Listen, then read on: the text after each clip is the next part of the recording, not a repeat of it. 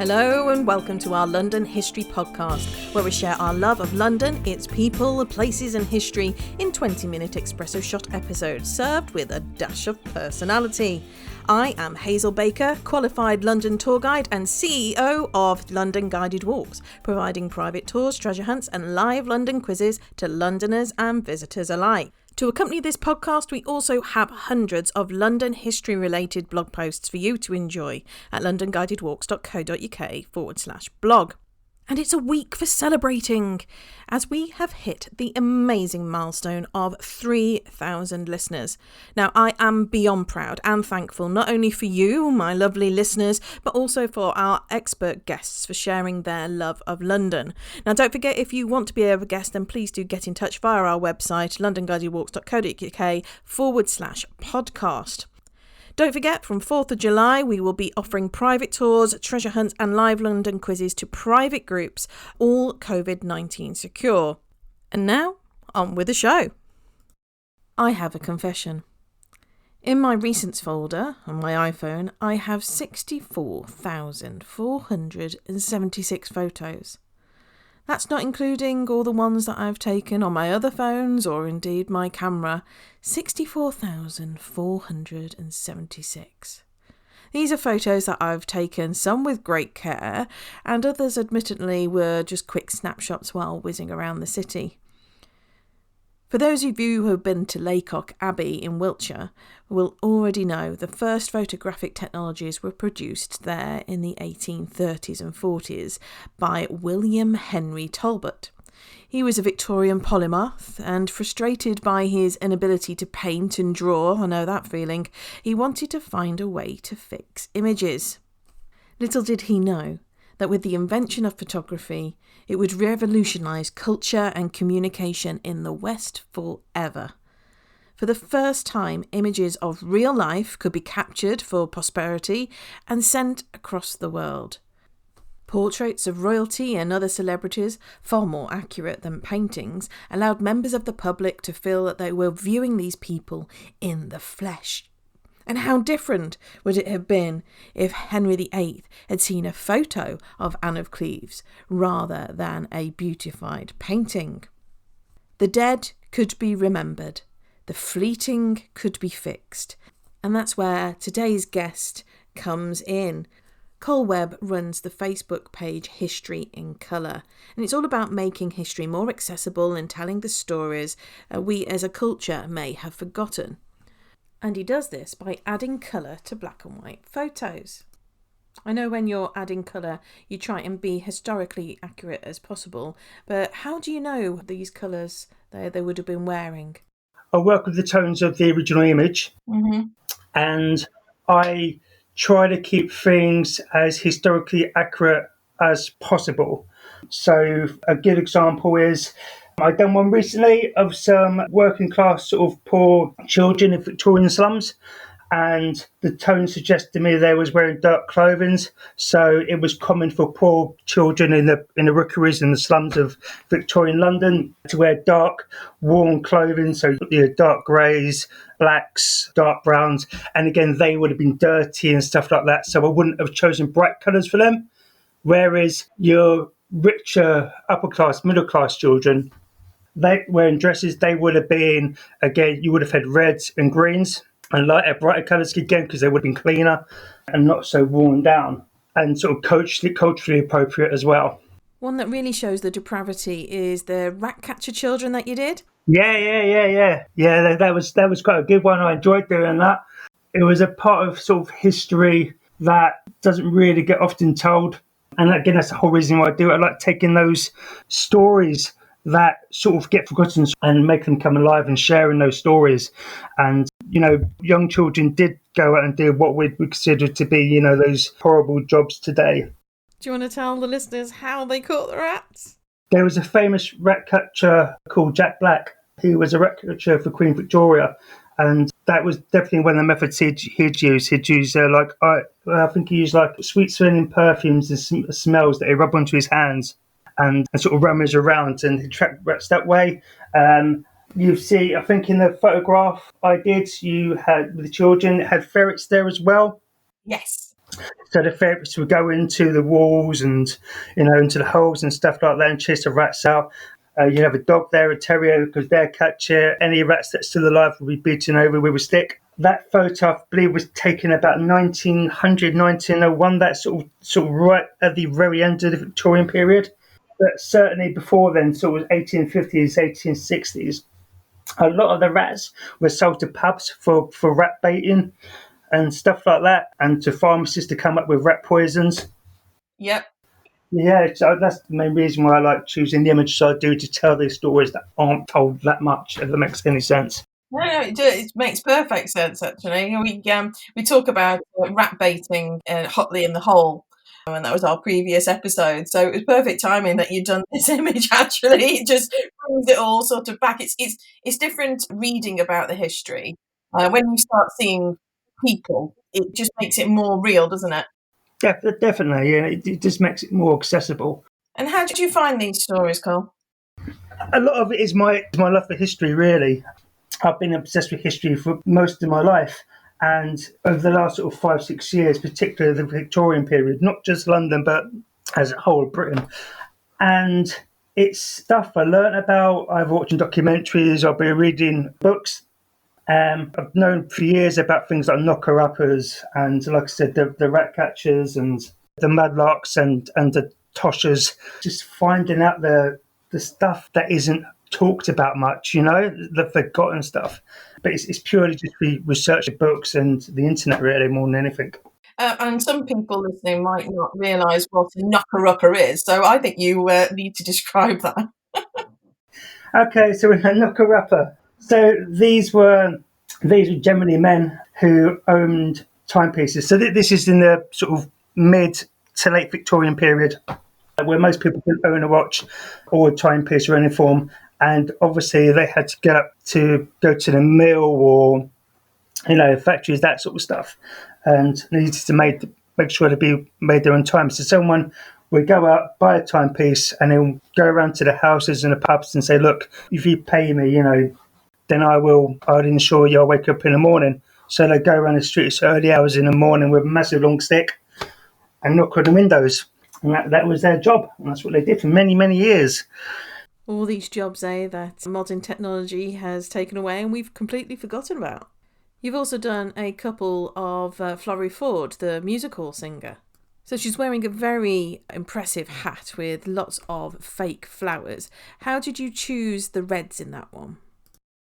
Again, it's historical research. So, through reading books and making sure I've got the colours right. So I wouldn't have gone for someone like Florrie Ford. Again, music hall singer, so she would have been on stage. She would have written something a bit flamboyant. From what I've read about her recently, and I've only really found out about her recently, to be fair, she's quite flamboyant. So I don't think she would have gone for anything plain. I don't think she would have gone for whites. She may have gone for blues, but red was more of a common colour, especially for music hall performers. So that's why I went for that, really. Sort of playing it safe, because obviously, there's no way of telling of what colours these people actually wore. So it's just using educated guesses. And you do private commissions as well? I do those for free, because I put on one of my blurbs on my page, I don't think anyone should have to pay for their own history. So I do those completely for free. Sometimes they can be quite enjoyable, sometimes they can be an absolute nightmare depending on the quality of the photo. But I do try my best, and when people do send me these pictures, I do say to them, look, particularly if they're in bad condition, I say, look, I will see what I can do. But, unfortunately, I can't promise miracles. But I do enjoy that, and I do enjoy doing it for people. I think it's really nice that you offer that service, because this is the skill that a lot of people don't have, Cole. One of my favourites is the Debutante photo of her standing in a corseted, long white trained dress with her headdress and her flower bouquet, looking very proud. And of course, being presented at court was something that was started by George III in 1780. We don't have it now because it ended in 1914, but that's a very, very nice photo. That was really good to work with. I enjoyed that. And how long would something that is of good quality, how long would that take you if you sat down and put into it? anything between, if it's really good quality and let's say it's a really good quality portrait with nothing in the background, probably about half hour, 40 minutes, something like that, not very long. Something as intricate as the one with the woman standing on the stairs, which your listeners hopefully look at my page and they'll see. That was about an hour to maybe a bit more, probably about an hour and a half, 2 hours. Again, but that's purely because I focused in. That's purely because it was a nice, clear image. There wasn't that much detail on the dress, and the flowers were very easy to work with as well. I had one through recently from a museum of VE Day, and it was a street party.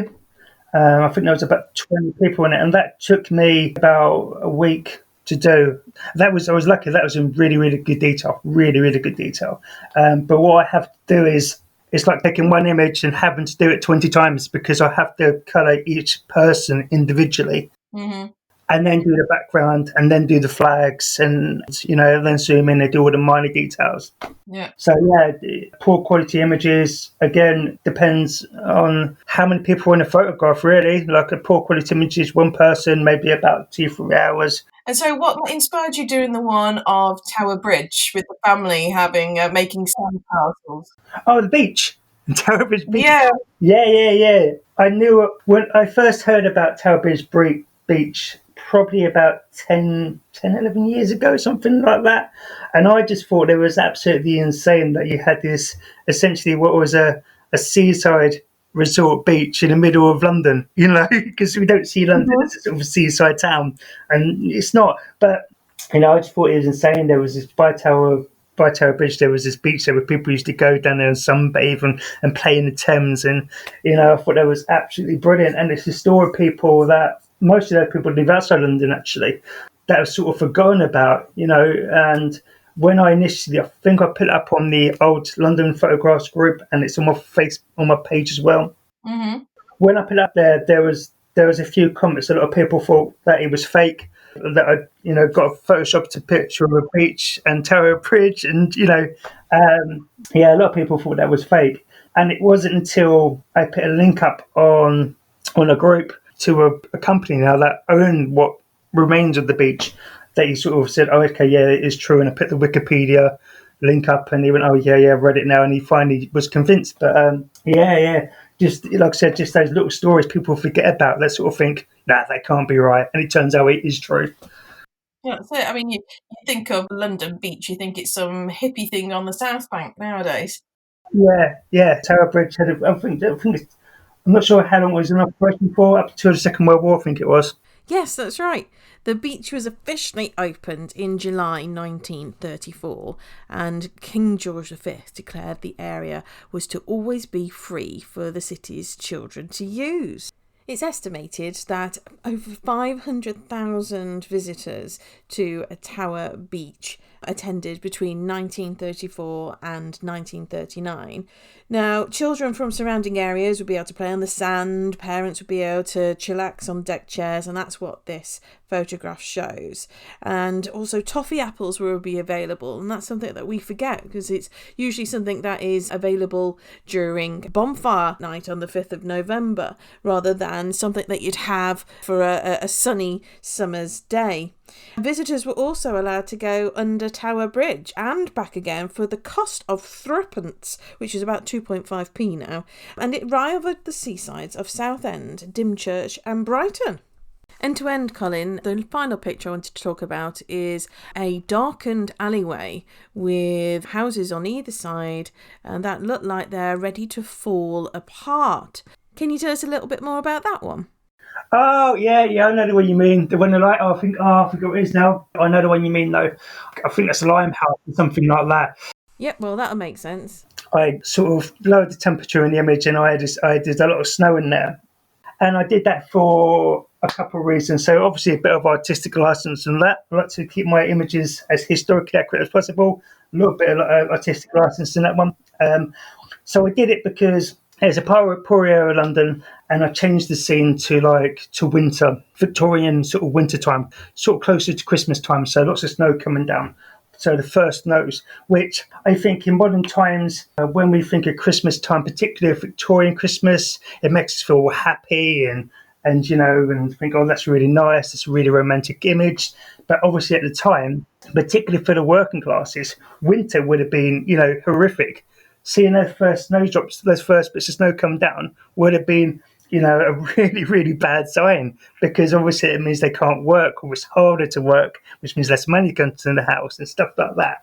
So that's why I put that in there. We forget that, we have proper roads and pavements and that now. We forget that, when we look at this image, and I hope my listeners do, you see the central, where all the refuse would have just been pushed to the middle of the street. You see how crooked not only the windows and the doors are, but the houses themselves. I mean, they look like they're holding each other up. Yeah. Oh yeah, these buildings are just thrown up, literally just thrown up. Yeah, it's done really well to remind us how lucky we are nowadays. I mean, we might be stuck at home trying to save the NHS, but we have something to lose, whereas they had very little. Exactly. Thanks very much for coming on the show, Colin, and sharing your love of London history. You are among friends. That's right. Thank you very much for having me. So hopefully by now you are itching to see these colourised photos that Col has done. And you can do that by visiting CR Webb History in Colour Facebook page. And I will provide a link in the show notes. So that about wraps it up for our latest episode. I hope you've enjoyed it. If you haven't already, can I please ask you to leave a review? It's really, really easy, and I have left simple instructions on the show notes. And for those of you who have already taken the time to write these 5-star reviews that are coming in, I really do appreciate it. Thanks so much.